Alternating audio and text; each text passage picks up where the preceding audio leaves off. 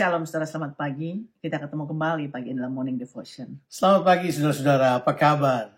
Pembacaan kita dalam Matius 15 ayat 1-20, demikian firman Tuhan. Kemudian datanglah beberapa orang Farisi dan ahli Taurat dari Yerusalem kepada Yesus dan berkata, "Mengapa murid-muridmu melanggar adat istiadat nenek moyang kita? Mereka tidak membasuh tangan sebelum makan." Tapi Yesus berkata kepada mereka, "Mengapa kamu pun melanggar perintah Allah demi adat istiadat nenek moyangmu?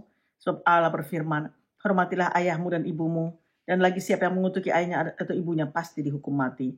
Tapi kamu berkata, barang siapa berkata kepada bapaknya atau kepada ibunya, apa yang ada padaku yang dapat digunakan untuk pemeliharaanmu, sudah digunakan untuk persembahan kepada Allah. Orang itu tidak wajib lagi menghormati bapaknya atau ibunya. Dengan demikian firman Allah kamu nyatakan tidak berlaku demi adat istiadatmu sendiri. Hai orang-orang munafik, benarlah membuat Yesaya tentang kamu. Bangsa ini memuliakan aku dan bibirnya, padahal hatinya jauh daripadaku. Percuma mereka beribadah kepadaku, sedangkan ajaran yang mereka ajarkan ialah perintah manusia." Lalu Yesus memanggil orang banyak dan berkata kepada mereka, Dengar dan camkanlah, bukan yang masuk ke dalam mulut yang menajiskan orang, melainkan yang keluar dari mulut, itulah yang menajiskan orang. Maka datanglah murid-muridnya dan bertanya kepadanya, "Engkau tahu bahwa perkataan itu telah menjadi batu sandungan bagi orang-orang Farisi?" Jawab Yesus, "Setiap tanaman yang tidak ditanam oleh Bapakku yang di sorga akan dicabut dengan akar-akarnya. Biarlah mereka orang buta yang menuntun orang buta. Jika orang buta menuntun orang buta, pasti keduanya jatuh ke dalam lubang." Lalu Petrus berkata kepadanya, "Jelaskanlah perumpamaan itu kepada kami." Jawab Yesus, "Kamu pun masih belum dapat memahaminya? Tidak tahukah kamu bahwa segala sesuatu yang masuk ke dalam mulut turun ke dalam perut, lalu dibuang di jamban? Tetapi apa yang keluar dari mulut berasal dari hati, dan itulah yang menajiskan orang. Karena dari hati timbul segala pikiran jahat, pembunuhan, perzinahan, percabulan, pencurian, sumpah palsu dan hujat. Itulah yang menajiskan orang. Tetapi makan dengan tangan yang tidak dibasuh tidak menajiskan orang." Dalam pembacaan kita pagi ini, Matius masih terus membangun narasi tentang hati yang baik adalah hati yang menerima Tuhan sebagai pemerintah di dalam hidup mereka dan juga menerima Injil Kerajaan Allah.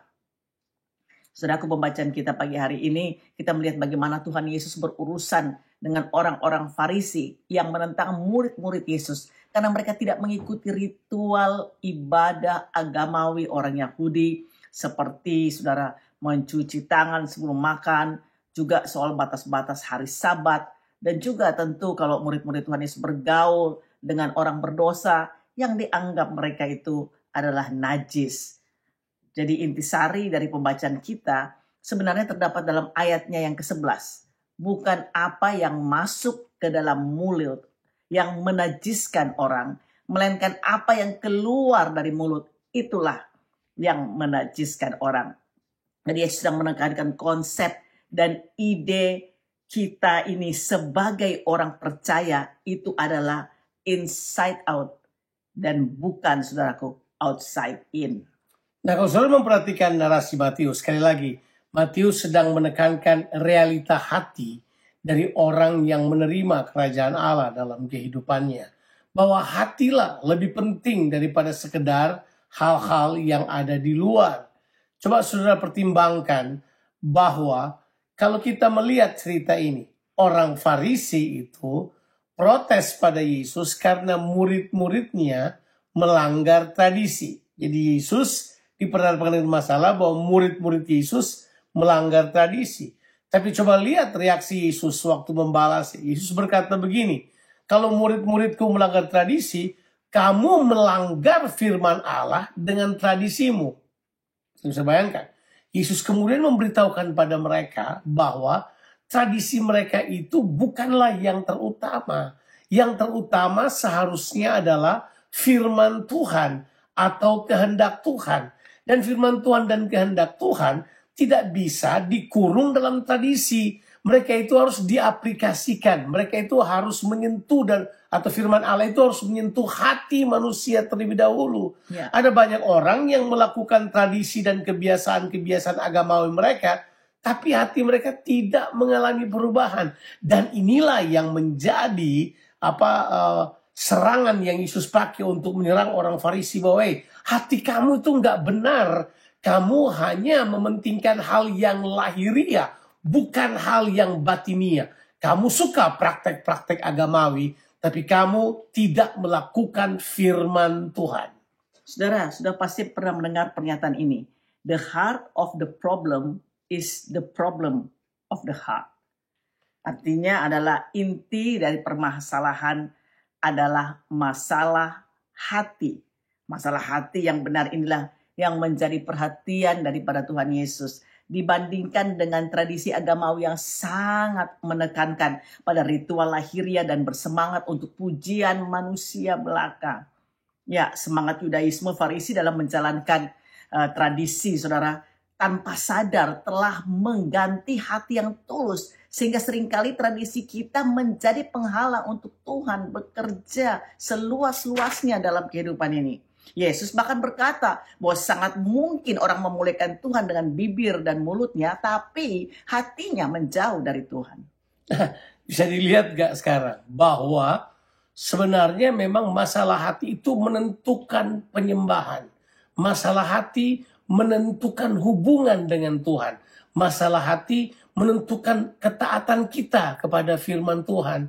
Bukan soal ritual, bukan soal yang lain. Maka benar, mari kita jangan terjebak kepada tradisi-tradisi agamawi yang menghalangi Tuhan bekerja di tengah-tengah kita.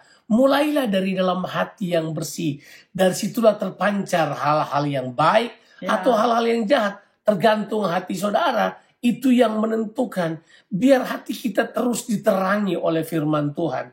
Karena Tuhan sendiri berkata, bukan? Orang bisa menyembah Tuhan dengan bibirnya, tapi hatinya jauh daripada Tuhan. Inilah yang merupakan masalah yang terjadi dengan orang Farisi dan pemimpin-pemimpin agama Yahudi yang pada waktu itu menolak Yesus sebagai Tuhan, sebagai Mesias dalam kehidupan mereka. Masalahnya sekali lagi, mereka berupaya menerapkan outside in, bukan inside out. Tuhan mau selalu memulai dari pusat manusia, yaitu hatinya. Dan situlah bahwa dia ingin menguasai seluruh kehidupan kita. Saudaraku, jaga hati saudara. Itu penting sekali. Karena dari situ terpancar kehidupan. Saya ingin mengutip Amsal 4 ayat 20 yang katakan, jagalah hatimu dari segala kewaspadaan, karena dari situlah terpancar kehidupan. Mari kita berdoa, saudara-saudara. Bapa di sorga, terima kasih buat kebenaran firman-Mu hari ini. Seringkali kami membangun kebiasaan-kebiasaan lahiriah lebih penting daripada hati yang mengasihi Engkau, hati yang tersambung kepadamu, hati yang tulus dan menyembah Engkau. Seringkali kami melakukan semua praktek ritual kami hanya untuk dinilai manusia, hanya untuk dipuji manusia. Bantu kami semua yang mendengarkan Morning Devotion ini, biar kami semua memiliki hati yang bersih. Amen. Dan kami memulai dari hati kami. Kami melakukan kehendak Tuhan dalam kehidupan ini. Bantu kami untuk menjadi orang yang mentaati firman-Mu lebih daripada apapun. Tolong kami Tuhan. Bersihkan hati kami. Engkau telah berkata, berbahagialah orang yang suci hatinya, karena mereka akan melihat Allah.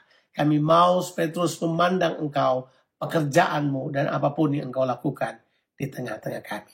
Terima kasih banyak Bapa di sorga. Dalam nama Tuhan Yesus Kristus. Amin. Selamat memasuki hari yang baru dengan hati yang bersih dan tulus, yang berkenan di hadapan Tuhan. Tuhan Yesus memberkati saudara sekalian. Amin.